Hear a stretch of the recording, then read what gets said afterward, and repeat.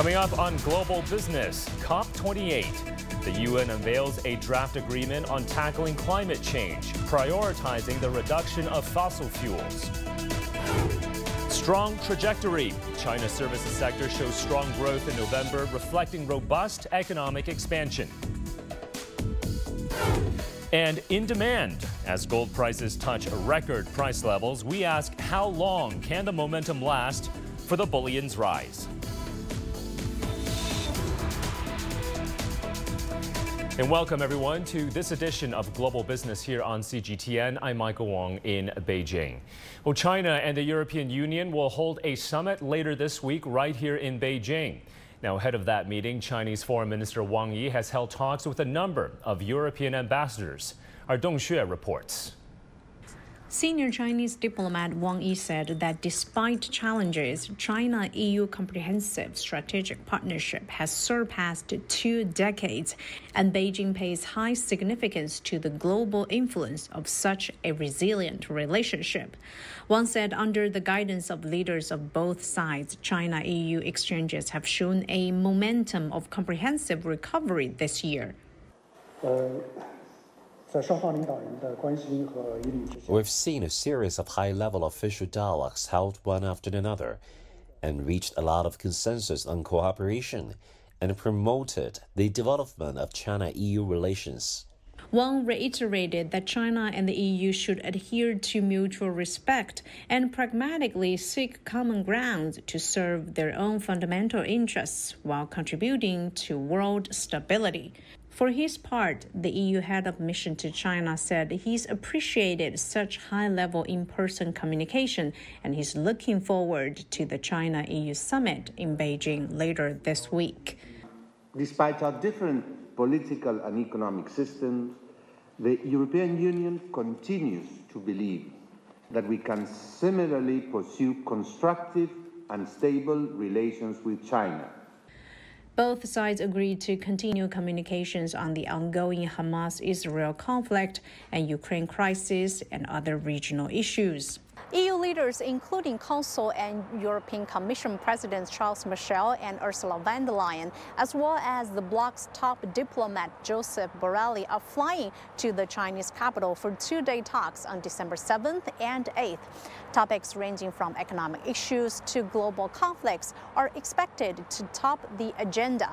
Beijing has repeatedly said that China and the EU are partners, not rivals, and efforts should be made to advance a sound and steady China-EU relationship. Dong Xue, CGTN, Beijing.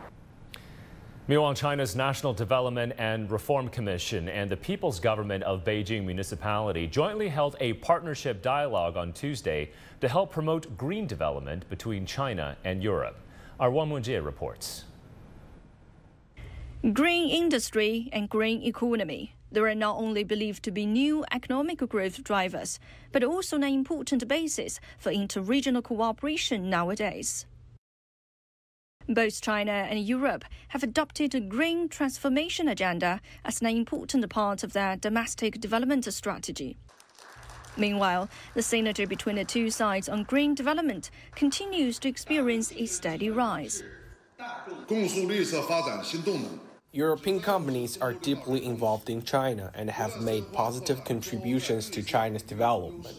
Today, both sides should promote green development with economic growth to deal with climate change. And dragged down by high inflation and weak demand, the European Commission lowered its economic growth forecast for the EU from 1% to 0.8% in 2023. That's one reason why European companies want to expand their presence in Chinese markets. Last year, we built our first digital native factory in Nanjing, with technological innovation emerging as the core driving force behind China's industrial growth. Amid technology cooperation with green industry development, frictions are sometimes seen between the two sides. For example, the European Commission has launched an anti-subsidy probe into Chinese-made electric vehicles. Despite some obvious differences in the respective political and economic systems, cooperation between Europe and China remains essential. It is especially important that the two sides find a common language so that we can work together to address global challenges. With the Chinese President Xi Jinping due to meet visiting President of the European Council Charles Michel and European Commission President Ursula von der Leyen shortly in Beijing, hopes have been raised that cooperation remains central to bilateral ties. Wang Mengjie, CGTN, Beijing. And turning now to the COP28 climate conference over in Dubai, where the UN has unveiled its latest global climate agreement draft. The reduction of fossil fuels has been prioritized, with 3 options centering around different phase-out options and the scaling up of carbon capture technology. Now, that draft forms the basis for future deliberations, with a final text expected by December 12th. Now, amid the contentious discussions over in Dubai, a groundbreaking UN-backed partnership endorsed by 68 countries, including China, has emerged. The initiative, under the UN's gender-responsive policies, focus on mitigating job and income losses during the global green transition. The partnership includes commitments on gender-specific data, finance, and equal opportunities to be implemented over the next 3 years. Global carbon dioxide emissions from fossil fuels, though, are expected to hit a record high this year, exacerbating climate change and fueling more extreme weather. The annual global carbon budget was published on Tuesday during the COP28 climate summit. That report projects CO2 emissions from fossil fuels of 36.8 billion tons this year. That's up 1.1% compared to last year. Now, total global CO2 emissions is projected to be 40.9 billion tons this year, about the same as 2022 levels. Scientists say global action to cut fossil fuels is not happening fast enough to prevent dangerous climate change. The study's leader said it now looks inevitable. We will overshoot that 1.5 degrees target of the Paris Agreement, and that leaders meeting at the summit will have to agree to rapid cuts in fossil fuel emissions, even to keep the 2 degrees target alive.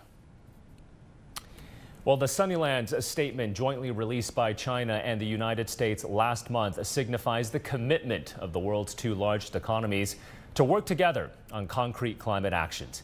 Now, in that statement, both countries have expressed their support for tripling global renewable energy capacity by the year 2030.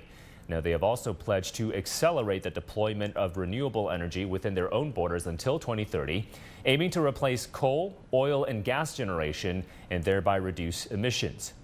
Additionally, China and the U.S. plan to advance a minimum of 5 large-scale cooperative projects on carbon capture, utilization, and storage annually until 2030. Beijing and Washington have also agreed to revive the China-U.S. Energy Efficiency Forum and promote climate cooperation among states, provinces, and cities. All right, let's get on the ground now to Dubai and COP28 and check in with our Radhika Bajaj. Radhika, thank you so much for joining us. It is day 6 of the climate summit. What is the latest where you are? Hi there. Well, today's agenda was largely focused on energy transition and how to make it just, as well as the rights of indigenous people.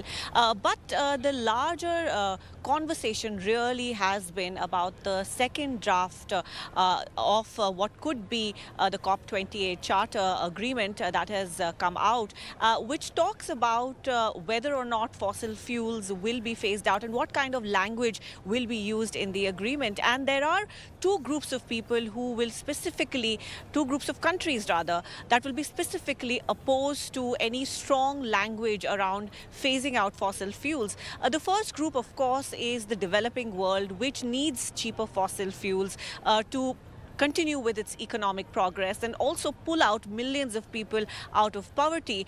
These are also the countries that are already seeing some severe weather events due to climate change. And these are the countries where the transition towards renewable energy, green energy, needs a lot more in terms of financial and technological support. So this is one group that is definitely not going to agree to very strong language around the phase out of fossil fuel. And the second group of countries is, of course, the oil-producing countries of the world.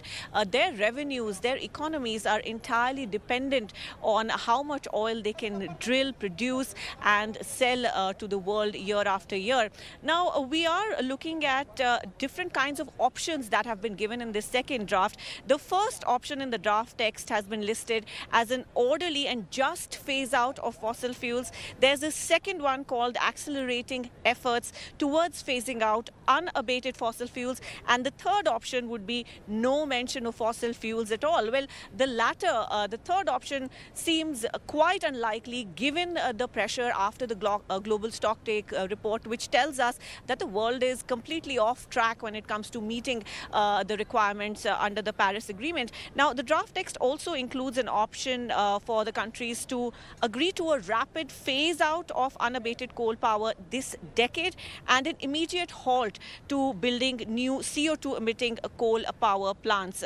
However, a second option for the same paragraph again would be not mentioning coal at all. So as you can sense that this is not going to be an easy negotiation, and perhaps the wording around phasing out of fossil fuels will at the end of the day be what this COP28 will be remembered for. Yeah, absolutely. We've got about, I'd say 6 days left to go to get that final agreement in place. Many thanks for that report. Radhika Bajaj for us at COP28 in Dubai. Thank you, Radhika. For more on COP28 and the international community's efforts to jointly tackle climate change, I want to bring in Jiang Nanqing, Secretary General of the Committee of Green, Circular and Inclusive Development of the All China Environment Federation. Dr. Jiang, thank you so much for joining us. So, look, John Kerry, the U.S. Special Presidential Envoy for Climate, saying that the United States will work with China to make negotiations at COP28 a success. How do you expect the world's two largest economies to cooperate at the climate conference and really to push the global agenda forward when it comes to speeding up climate action? Yeah, I'm also at Dubai COP28. This is a UNFCCC COP. So first of all, no matter US or China, we all belong to the global this planet. So first we have to make the whole planet, the global warming, to stop the global warming under 1.5 degrees. So this is a UN agenda. This is not only by countries, but as China and US are the two largest emission countries. So we have no doubts to avoid the responsibility. So we would contribute a lot to the reduction of greenhouse reduction, and the US and China has to collaborate. So we have seen now US and China has this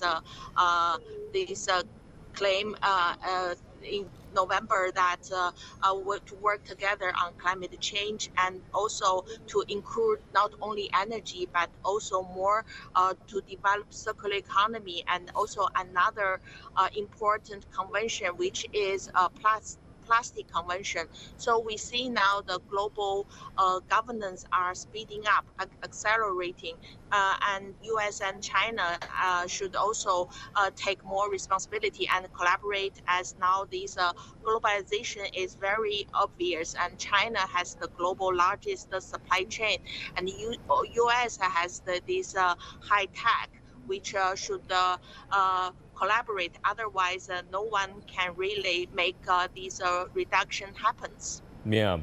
And of course, Dr. Jiang, the challenge of climate change is an area that the EU and China also having a strong shared interest in jointly tackling. So in light of the upcoming China-EU summit on Thursday, how do you envision climate cooperation between China and the European Union to evolve?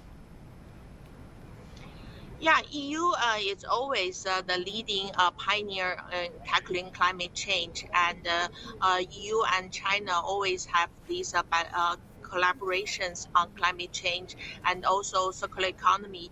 EU has made a very clear roadmap towards this whole circular economy, the transition, and also they have also followed this sustainability, which is leave no one behind, and including agriculture, renewable energy, transportation, and also supply chain and climate change.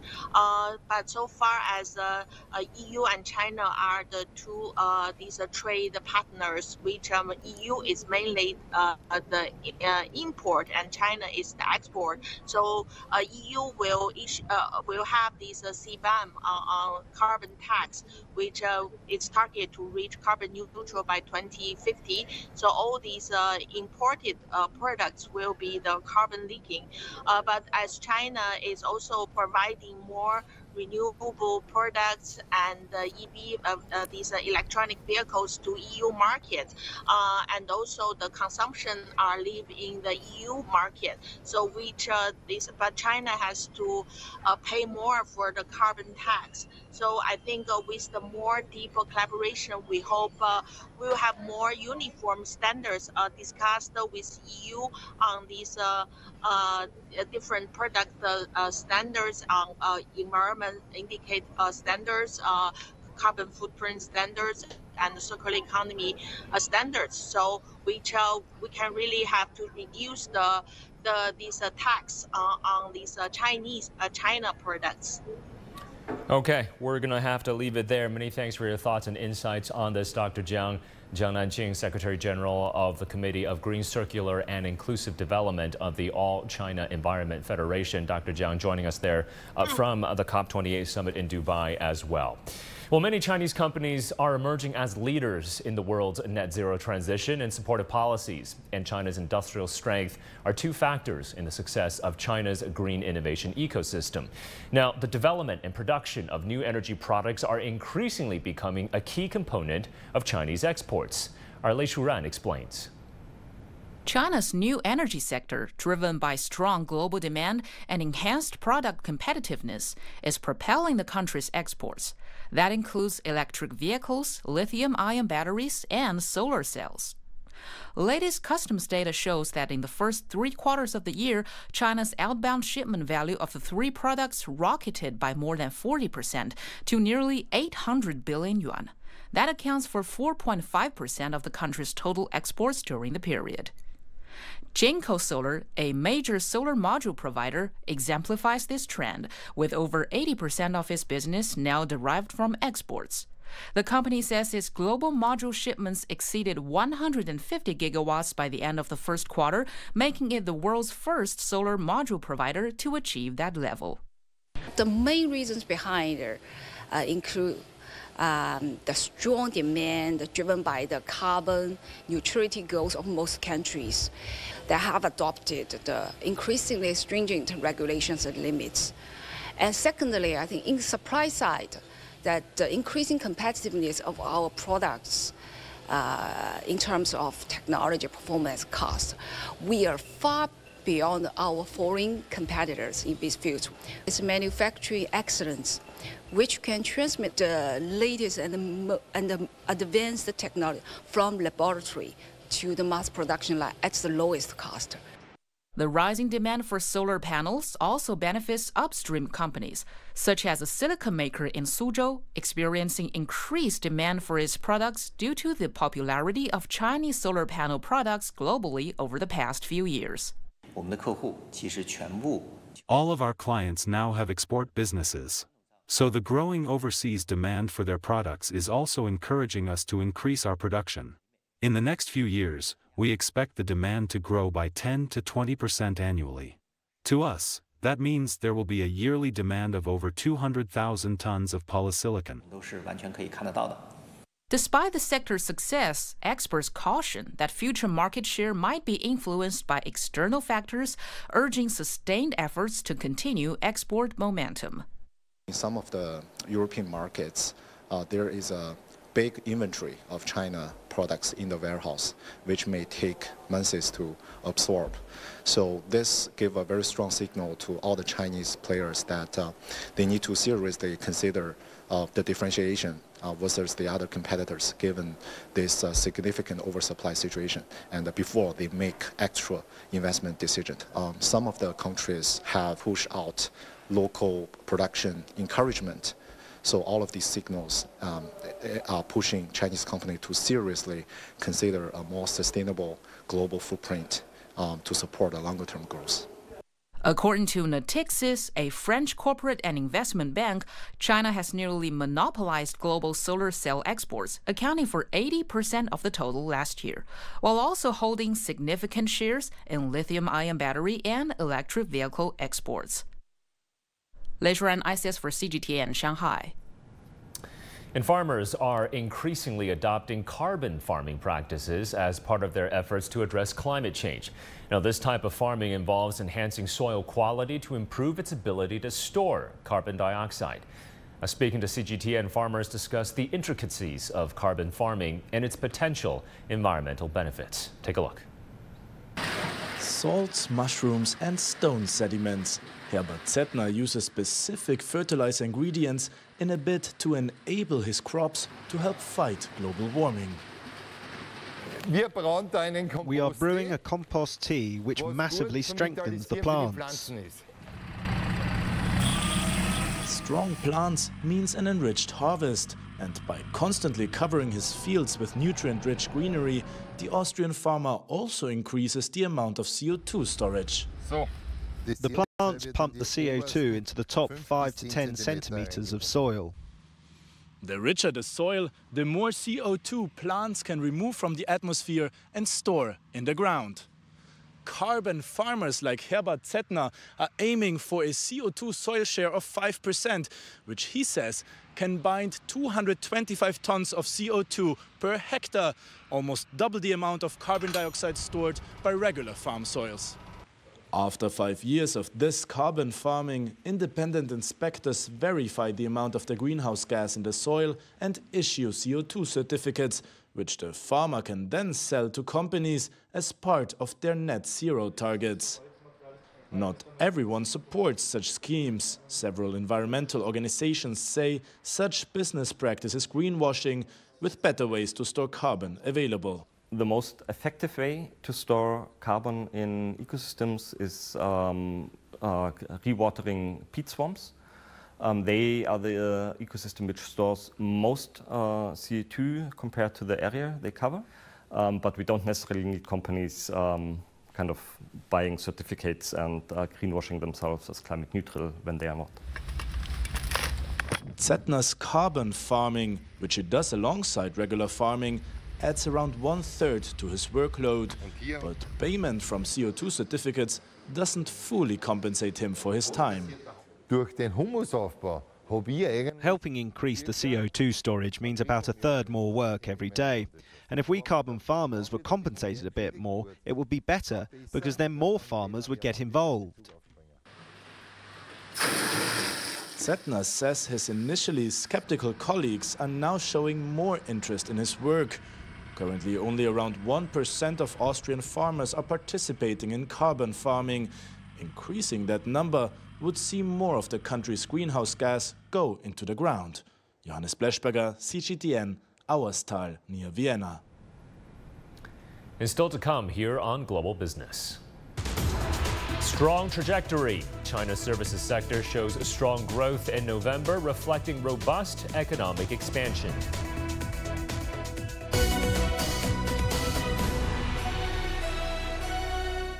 The global convergence for climate action is underway. As world leaders, policymakers, and environmental champions convene for a pivotal dialogue to safeguard our planet. Join CGTN for COP28 in Dubai as the world transforms commitment into action for a sustainable planet.